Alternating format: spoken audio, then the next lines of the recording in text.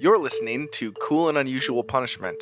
This is an epilogue to Luginbilled, our special series on the Music Man of Eau Claire. My name is Tyler, and joining me tonight, Jodie, how are you? I'm great. Jodie, where are we?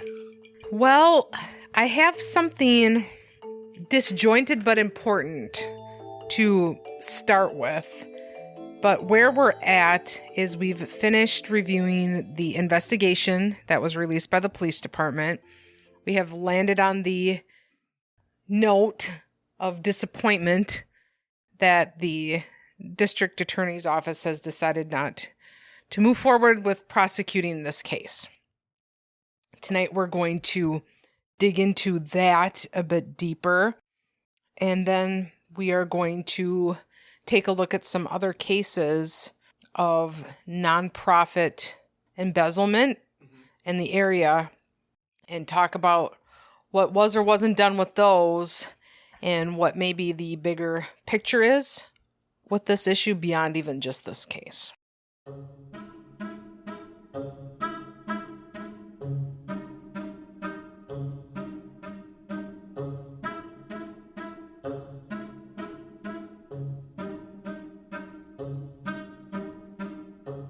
Okay, before we dive into that, there was one thing I couldn't help but do when I was reading this investigation, and it had to do with the interview that was had with Sandra McKinney, in which she stated she did not know she was listed as an incorporator on the Form 102 Non-Stock Corporation Articles of Incorporation from the Wisconsin Department of Financial Institutions.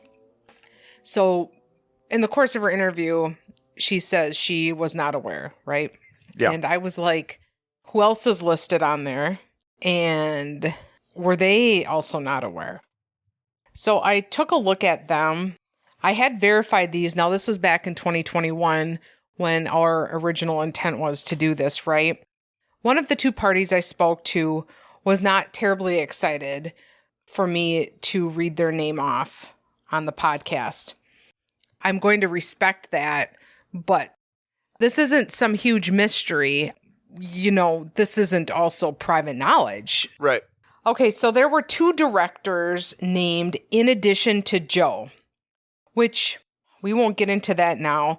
But as you can see, I think a larger problem with all of this, right, beyond this story is how one person can just Mad Libs a 501 yes. document or whatever. Yeah, why is there no signature for these people? Like, if you are going to name other people, like, as rather key, important folks, you know, why wouldn't you need to have that person sign off on this? Because guess what? The other two directors listed in this paperwork also did not know. There's Joe on there, the person listed after that. I verified that they didn't know on 12/8/2021. The last of the three people listed there, I verified no on 12/6/2021. And so other than Joe, every single person on the Articles of Incorporation was a fraud. So from the beginning, interestingly enough, I don't have the trajectory of what happens after this, but like Sandra McKinney falls off. If you recall, during that interview, she's on this one, but then at some point he makes some changes to the Articles of Incorporation and whatnot, which isn't the most unusual thing to do, but she's no longer listed on there. Okay. So, you know, it appears as though maybe it was like, I need to put some people on here to start. And then like slowly they start falling off. But it's hard to speculate on the intentions of somebody when like the very first thing you do to become a thing is dishonest. Yeah. Yeah. Yeah.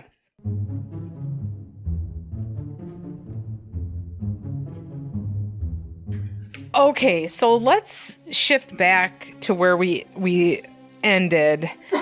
And It's the part where you learn that this isn't going to go anywhere as far as the investigation goes. So all this work has really, there's nothing to be done with it. The report gets rejected. Now also, it's interesting to note how long it sat. This report was submitted in 2020 and it wasn't until 2021. I mean, the news story I'm going to read to you from comes out November 17th of 2021. So it was quite a long time. I feel like I remember when all this was going on that people were talking about what about this investigation? Why isn't anything happening? And the sentiment that, hey, these things take time. You gotta let the police do their thing. At least for a good portion of that, this report was just sitting on a shelf. Yes, the police did do their thing. Right. I see it. Yeah. Okay. Statement comes out. After careful review of all of the police reports, documents, and information referred, consultation with colleagues inside and outside of the district attorney's office, and discussion with the Eau Claire Police Department personnel, it was concluded that there was insufficient evidence to issue criminal charges. Based on the totality of evidence submitted for review and the complex nature of the law surrounding charitable organizations, the district attorney's office determined it could not prove beyond a reasonable doubt the required burden of proof the state must meet for conviction that Mr. Luginbilled committed a crime. If additional evidence comes to light and is referred to the district attorney's office, the charging decision could be reconsidered. I read that, and my questions were okay, I'm not a lawyer, and I'm also not somebody emotionally attached to this case personally, right? So yeah. I do think wow, we read through most of that report and it felt like there was a lot of evidence there, right? Yeah. So I sent an email to the DA's office initially on November 22nd of 2021. I sent it to Eric Hughes, who's the operations manager at the district attorney's office. Subject was follow up on statement not to prosecute. Hi, Eric. My name is Jodie Haas. I do investigative work for a local podcast. I'm working on an episode in the aftermath of the police report that was made public in the statement recently issued by your office. I was hoping you would be able to go into further detail regarding a few things in this statement. Number one, what is meant by the complex nature of the laws surrounding charitable organizations? Is there something in particular, a specific protection standard or law that makes it difficult to prosecute in cases involving charities? Number two, does the need for more evidence involve additional questionable financial transactions not uncovered in Olivia Earle's investigation? And I didn't hear back. Then we come back to the show. So then I send it again on June 22nd of 2023, and I get an out-of-office reply, and I still haven't gotten a response. So I don't know. It feels like those are questions, at least the first one. Yeah. What are the complex things? Because I'm not suggesting that's not correct. I just don't know how or why. People need to have closure, understand things. I don't know. But all of this then got me on this trail of starting to think about what else has happened in this area that's similar to this case. Maybe dollar amounts are more or less, but nonprofits. Right. And what has happened with those cases? Just take a look and see if there's a pattern. Are these things that get prosecuted most of the time? Are they things that don't get prosecuted? The bigger question being, what can be done from a legislative point of view or mob justice?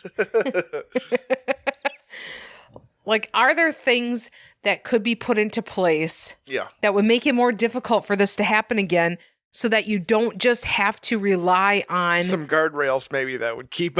Yeah. Because then, I do think that at the end of the day, the district attorney has some freedom to decide. That's their opinion, right? Yeah.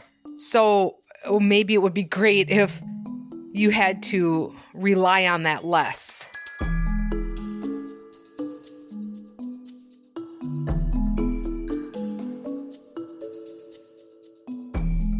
Let's start looking at some of these cases. This one's from January 10th, 2021. Eau Claire woman sentenced for stealing $33,000 from Sam Davy, that's an elementary school in Eau Claire, PTA, other organizations. The Eau Claire woman, accused of stealing from 3 local organizations, pleaded guilty to 2 of the charges against her. Christine Buse was accused of stealing nearly $33,000 while serving as the treasurer of the Sam Davy Elementary PTA and the Boy Scout and Girl Scout troops. Authorities said she would write checks to herself, not deposit fundraiser money, and even run bar tabs on the Girl Scouts account. When confronted, she said she planned to pay it all back, but it got out of hand. Judge Emily Long ordered Buse to do 9 weeks of community service, pay back the money at $1,000 per month, and not serve as treasurer of any organizations.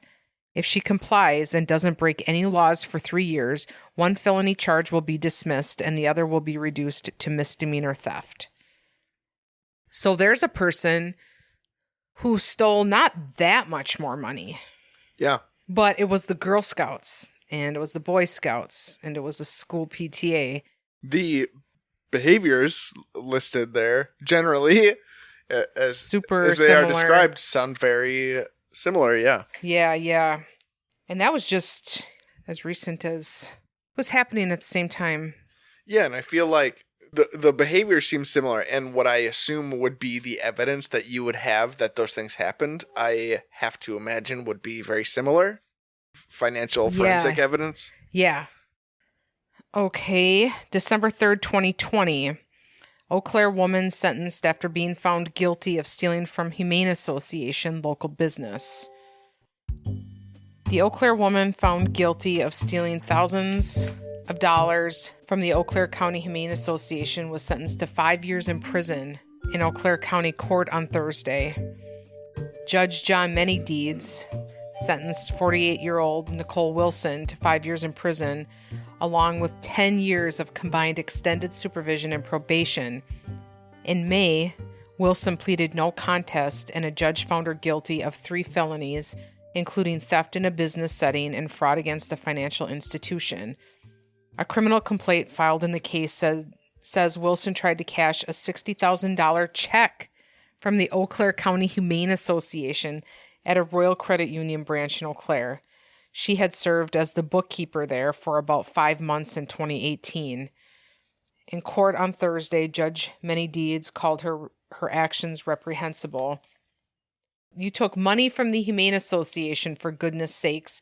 The Humane Association, they have bills and things they have to pay as well. And then to pass it off as a loan? Really? That's insane, he said. That is a classic Judge Manydeeds monologue, though. So then it continues to go on and talk about, like, people read victim impact statements and whatnot. But I had to follow up with this part of it. Former Eau Claire accountant gets more time behind bars. April 9th, 2021. The woman serving prison time for embezzling from the Eau Claire County Humane Society has more time tacked onto her sentence Thursday. Oh, no. Nicole Wilson was sentenced after being charged with forging some of her clients' names to apply for loans, including small business COVID loans, through the federal Paycheck Protection Program. Judge John Manydeeds gave Wilson 5 years to be served after the 5 years she got from stealing from the Humane Association. He also ordered her to pay more than $72,000 in restitution. You know, though, like, after this case, that's not that shocking to me. No. You know?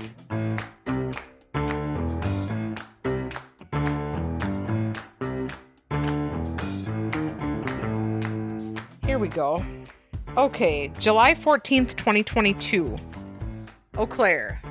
A charge of misdemeanor theft against a Fall Creek woman accused of stealing from a charity she founded was dismissed in Eau Claire County Circuit Court Wednesday. The charge was dismissed without prejudice, meaning the case can be brought back to court. This one went on for quite a long time, and I think most people will recognize this case.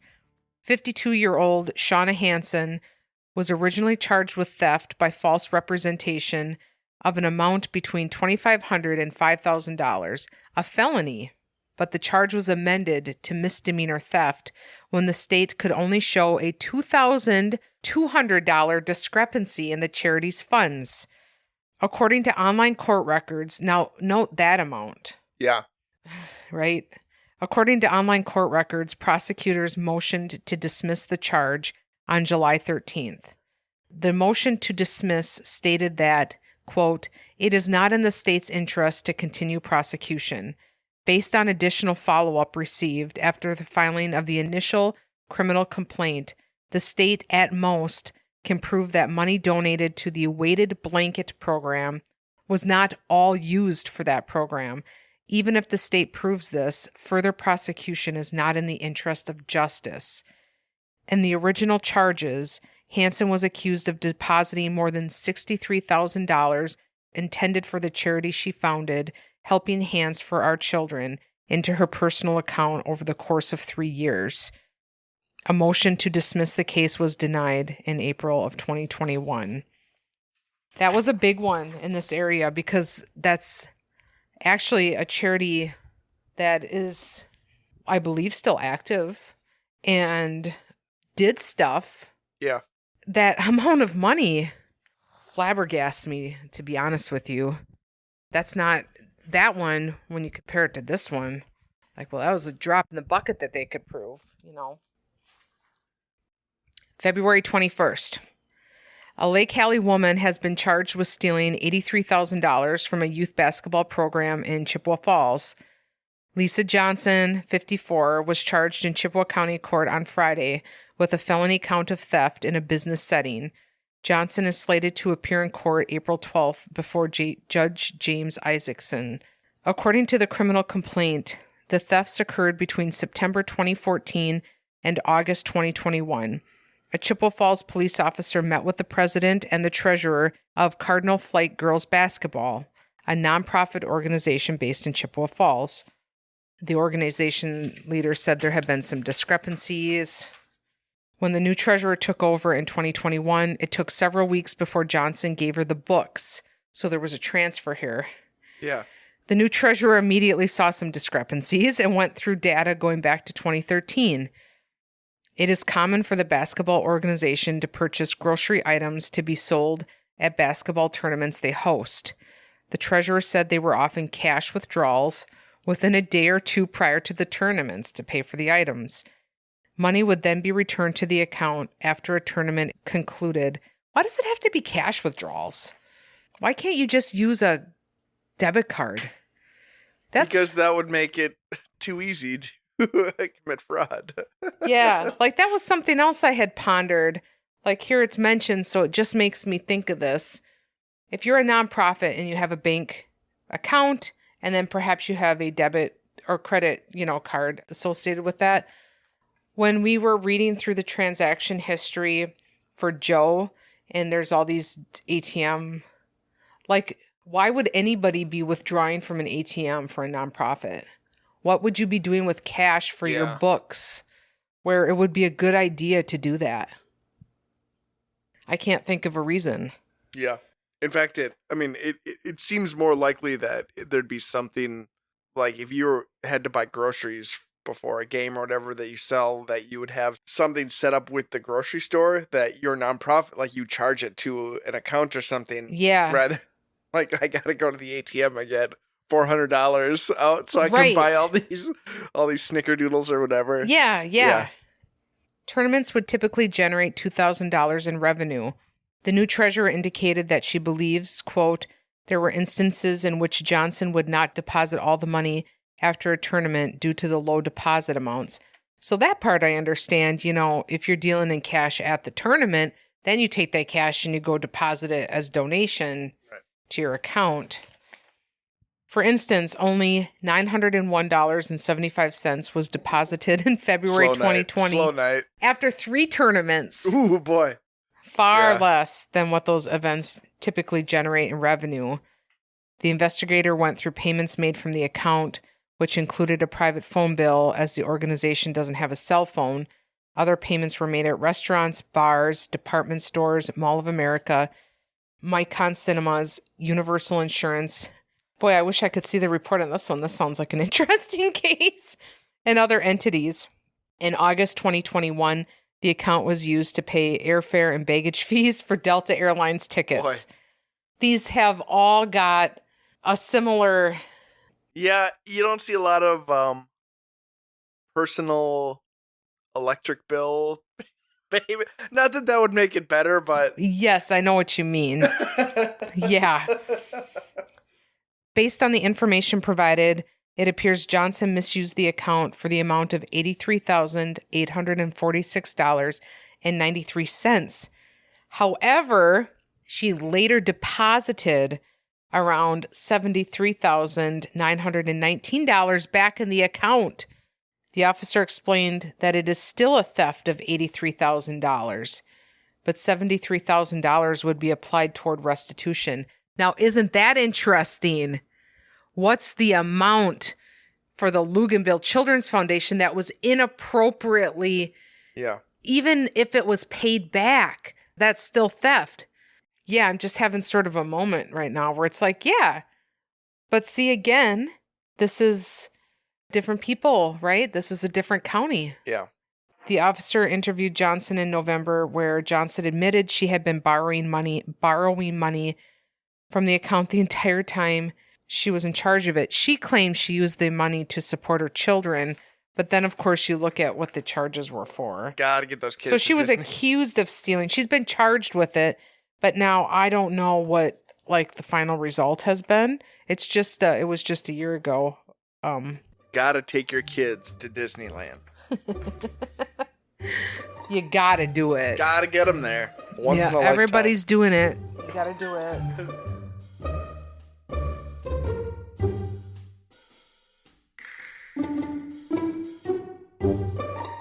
This one is another one folks might remember. November 9th, 2021, Eau Claire nonprofit theft case dismissed after the founder pays restitution.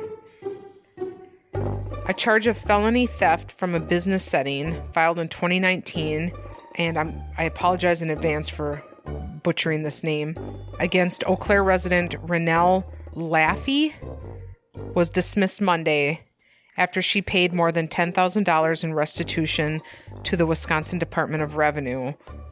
She was charged with stealing several $1,000s in 2019 from Hope in the Valley, a cancer advocacy charity that she founded.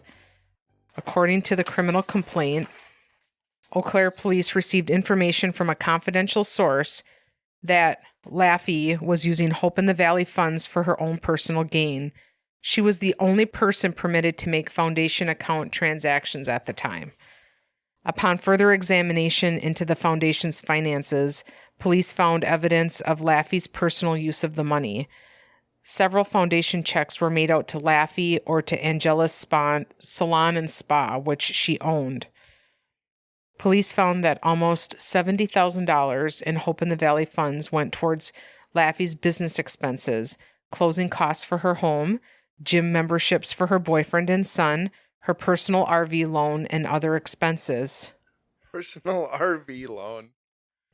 Laffey cited poor bookkeeping skills and forgetfulness. Not good at the numbers. Was never a numbers girl, as an explanation.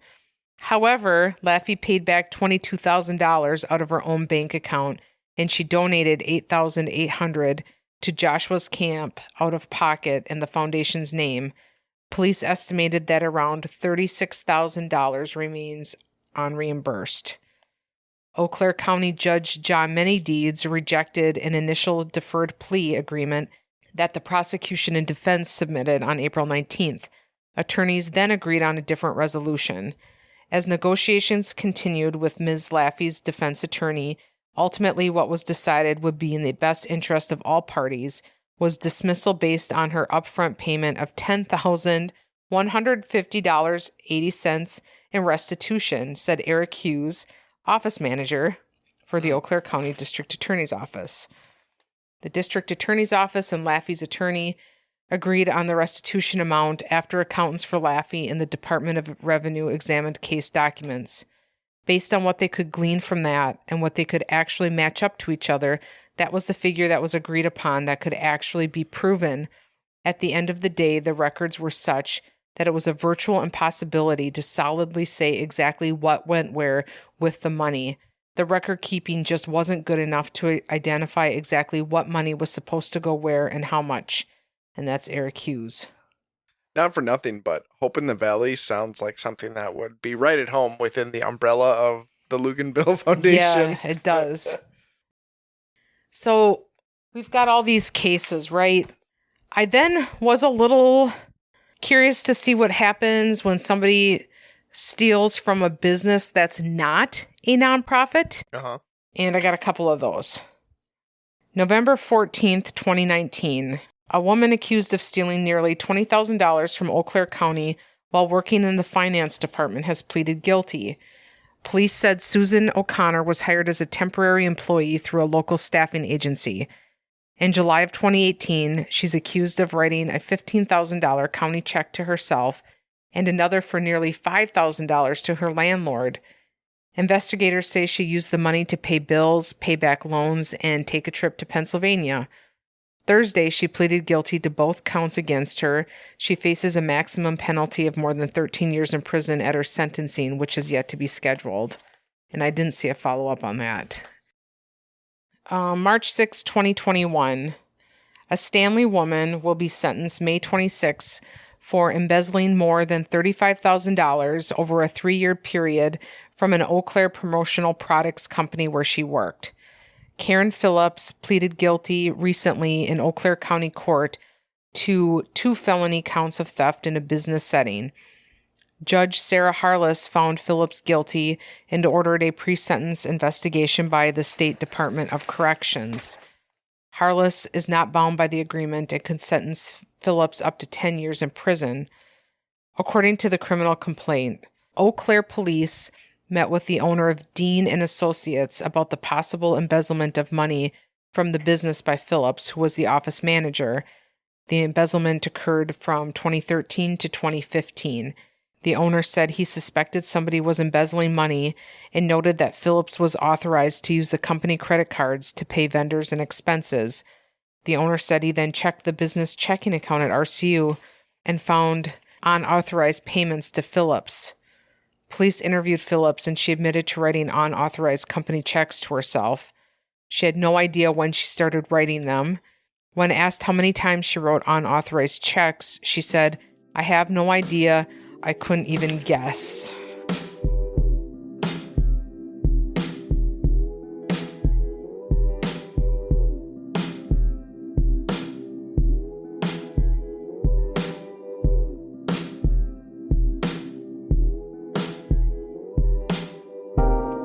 Okay, well, I'll ask you first. Where does our little story fit based on all these other stories?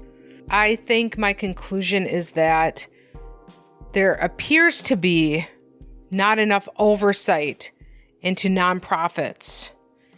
And because of that, it is easy to do things like embezzle money, like something as simple as maybe you aren't allowed to have your whole family be the board of directors. Right. I don't know what my conclusion is other than to say that there's clearly some amount of work that needs to be done to try to keep this from happening again and again. Regardless of intention, good or bad at the very start, you can say, I'm going to start a nonprofit. I'm going to file the paperwork. You can file the paperwork, which doesn't even have to be factual, and you can get yourself a nonprofit with not a whole lot of investment. Then you can start collecting money for that nonprofit, do with it whatever you want, Maybe you start paying yourself back. Maybe you don't. And at the end of the day, you could have quite a large discrepancy of money that other people gave you to do good things with it, and most likely not going to have any consequences for it. So that's where we're at. What do you do about that is the question, right? Yeah. It does seem like, in terms of numbers, in terms of the amounts of money embezzled, the Children's Foundation alleged crimes feel like they fall well within like this range of stories. And in this case, it seems unusual that this case wasn't even brought to begin with. Yeah, it does. So, until there's changes made, I guess you really have to do your due diligence in looking into charities. And then, of course, it's like, well, what does that mean? Don't put that on people. Like, if it's a nonprofit who's raising money for something. Look, if you're at a charity auction and Lamb Chop is there, you should be able to feel good when you donate money. To think that even if you gave $50, $25, that like it was potentially used for something is like a tough pill to swallow, because, Joe's case was incredibly, from what we were privy to, they were able to come up with a laundry list of transactions and $22,000 that was left unaccounted for. That part, I think, is the truly problematic part, is the bigger picture here.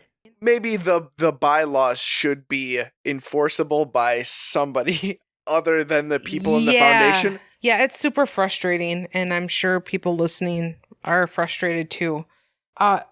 During the course of recording this, there was somebody who requested we put together a timeline that pulls the information from the investigation and like those financial transactions and maybe like a loan, and like maybe try to find a way to piece that with what was going on publicly with the Children's Foundation or the Smile House.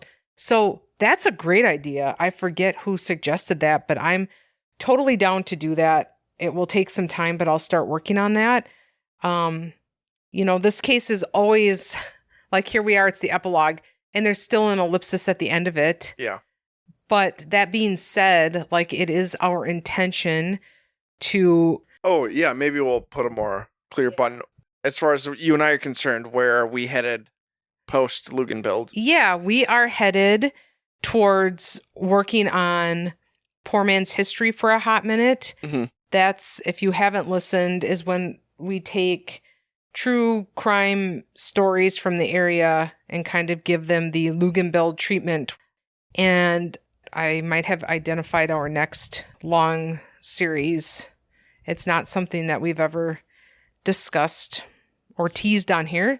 So there will be more to come there as well. So we're definitely back, and we're definitely doing stuff. Thanks for everybody's support. Thanks for listening. Yep. And stay tuned.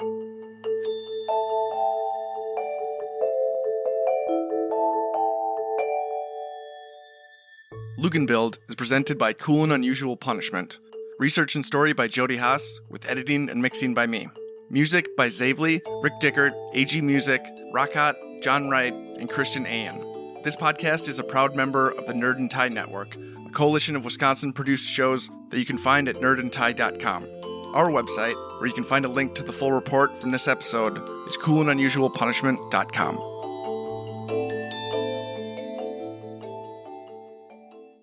Gotta take your kids to Disneyland.